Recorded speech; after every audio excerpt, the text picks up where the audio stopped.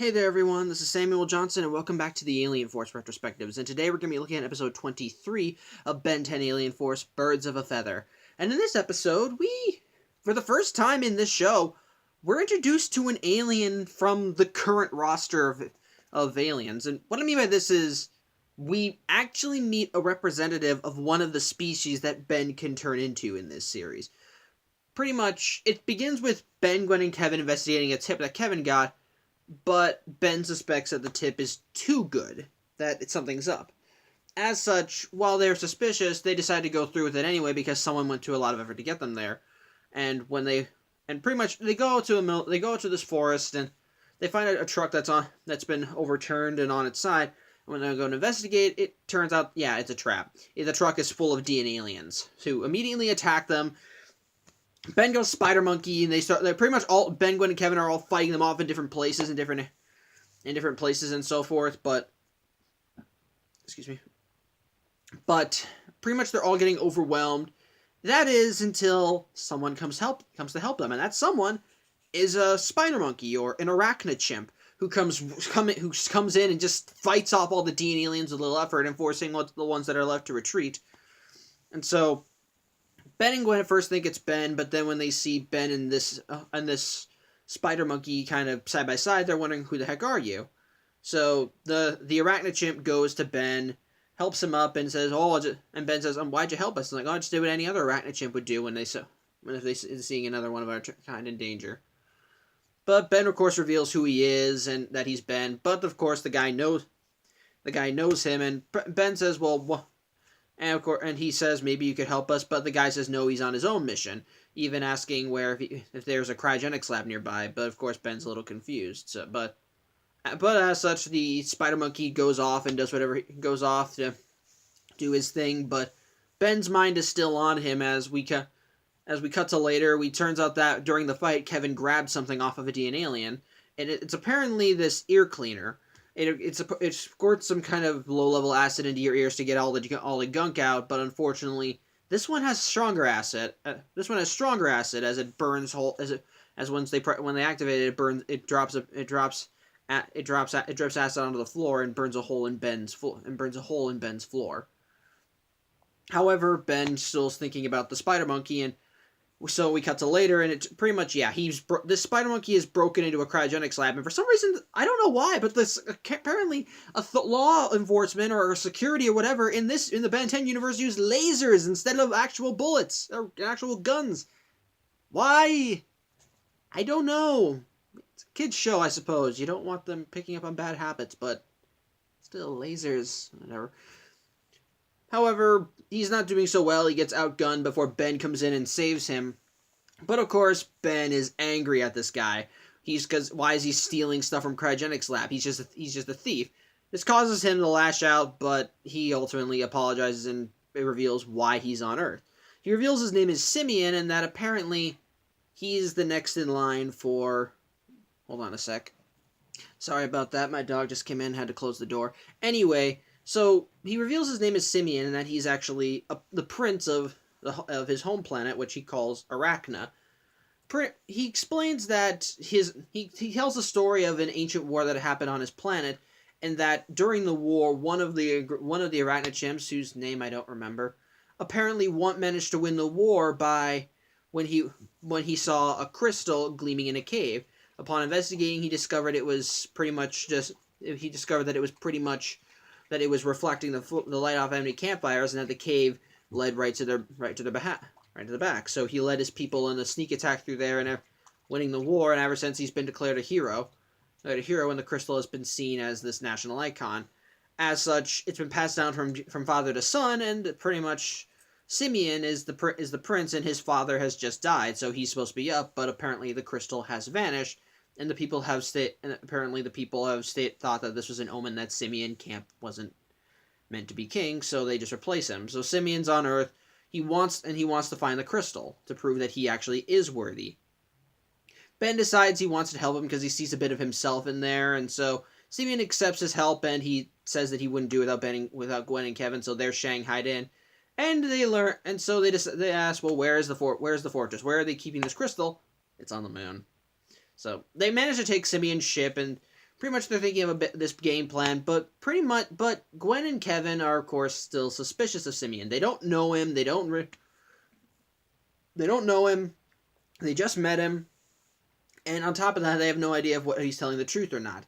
Simian can overhear them because of his enhanced hearing, but Ben reassures him that everything will be fine. So they manage to get to the moon and find this building on top, and so they all go outside. They all are wearing spacesuits, and outside there's a bunch of robot guards, and so since Ben can't access the Omnitrix since he's in a spacesuit, because he's in a spacesuit. Kevin can't touch anything because of the spacesuit.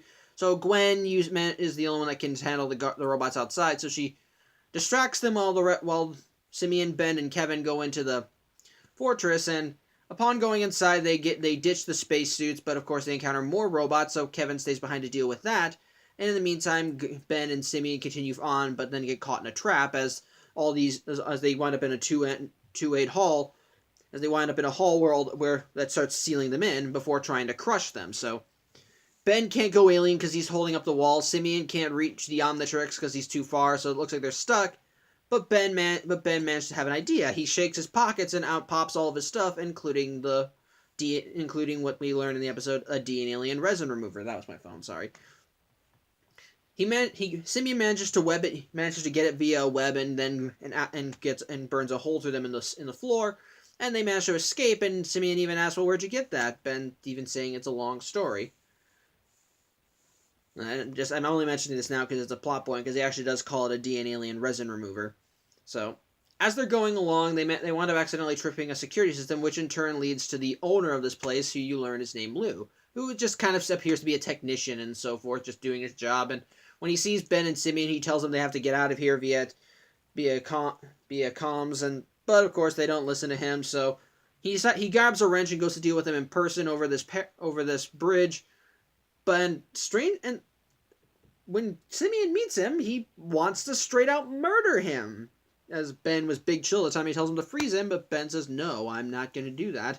I'm not going to do that. So Simian just says, well then fine, I'll do it myself. And he throws him off the ledge they're on. So Ben flies down, turns into jet way down, and grabs the guy. And Lou of course Lou asks, well, what's going on? Why are you guys here? And Ben says, why don't you tell me? And so we cut to Simian. He manages to get to where they're going, and we see the crystal in the middle of this room. It seems to be just glowing. Simian approaches it, but he's shocked by a security system and knocked unconscious, so Ben comes following in after him, apparently having dropped Lou off somewhere, and goes Chromastone and manages to get the crystal and able to resist the security system because Chromastone's a conductor. And so pretty much all the power in the facility goes down, and so Ben goes to wake Simian up. He wakes Simian up and tells him he put the crystal in a box because just in case there's any residual energy. Simian tries making a grab for it, but Ben starts calling him out and say, why did you want to kill him? He was just a guy doing his job. He looked like he was scared. And Simian pretty much says, yeah, you're right. If I want to be a good king, I can't compromise my morals. Thank you for helping me teach that. Hold on a sec. Once again, sorry about that. My dog's a glory hog and kind of a dink. But anyway. So, Ben says, well, it's a nice speech, but that sounds phony. And so Simian just attacks him. Ben manages to fend him off and tells him you're not worthy to be king. And Simian drops another bombshell. He ain't a prince, and that crystal ain't his lineage. In reality, he's a hired gun, pretty much. This entire facility, the place they're in isn't a fortress that's meant to hold the crystal. It's a telecommunications tower for interdimensional communication. And the reason he's here is because the hybrid hired him to steal the crystal, which was powering the whole thing, so that when they invade, no one will be able to call for help. So Ben tries finding him off, but before he can go alien, Simian knocks him out and steals the box. He runs out past Gwen and Kevin, who wonder what's going on, but he pretty much just leaves them and flies off. And However, rather than going after them, they actually let him go, as Ben reveals that, yeah, he actually figured it out already that Simian was lying. As when Phil told him exactly what this place was, and Ben started to suspect when Simian said that it was a D-alien actually call a DNA alien resin remover what it is, and earlier on he had no idea what they were. Something I forgot to mention. Probably should have mentioned that. But bottom line, they say, well, what about the crystal? Ben reveals that he has the crystal, and that he can. And so we learn that Ben actually has the crystal. And so the episode ends with Simian delivering the crystal. Sorry, I'm trying to make sure he doesn't bark again because he likes to bark and he's a little dink. And I have chicken nuggets over there and he wants those, so he's gonna probably bark again. But I'm getting off topic. And so when Simian gives the box to the hybrid opens it up and it turns out he put the resin remover in. And supposedly the episode ends with the hybrid, but it makes it look like the hybrid murders him. As he says, maybe you didn't hear us. Maybe you should have your ears cleaned. And you hear a burning, and the implication is that he died, but later episodes disprove this because we see him again. So, yeah, and if you're wondering how Ben and Gwen and Kevin got back, it turns out Lou has an extra shuttle that they used, so. On the one hand, I think one of the reasons I like this episode is actually because we see a representative of the Alien Force roster. It's actually kind of nice, and just kind of seeing it, and seeing them actually seeing them interact with someone from that in the roster. Like throughout the series, we've seen representatives of every other alien. Okay, you know what? I'm just gonna leave this running. He wants attention. He's getting attention. Anyway. So again, what I think is really nice is just kind of seeing this. A representative from one of the roster, and Simian actually is kind of a nice foil. Like you see, and I do kind of because he seems like he's respectable, and I do like that Ben's trusting nature does kind of bite him when it comes to Simian. Like Simian gives him a sob story, and Ben actually buys it for a while, but. And if it wasn't for there were these little hints and clues and him just asking questions later on, or even Simian's general attitude, he would never have realized that Simian was lying until it was too late. Speaking of which, I actually do kind of like the hints there here and there. Like we see Simian willing to break the law, his violent tendencies, and even trying to kill, and even just a little hint. I like that. It's a nice build up, and on top of that, it's just kind of nice seeing more of the hybrid kind of actually putting stuff in motion. I like that they actually do kind of go out more and do stuff like that, but really the biggest strength of the episode was Simian. Like I like seeing Ben interact with him because the reason Ben believes him is because he reminds him of him, not just because he's a spider monkey, but because the situation does sound similar to Ben's, being a kid and having to accept a lot of responsibility with all this, and it's really nice. Honestly, there's nothing really grand about the episode though. When I stop and think about it. It's kind of nice seeing an actual representative of one of the alien species, and honestly, the closest we got was, I think really the closest thing we got for that was the Necrophrygian babies in Save the Last Dance. But really, the difference between them and Simian is that they were babies. They didn't have a personality, they were just born. But Simian, on the other hand, does have a distinct personality. He's crafty, conniving, plays the angles, but he's also smart. But he's also a good tactician and can think ahead. He's a good actor, he knows what he's doing, and on top of that, again, really everything kind of comes from him.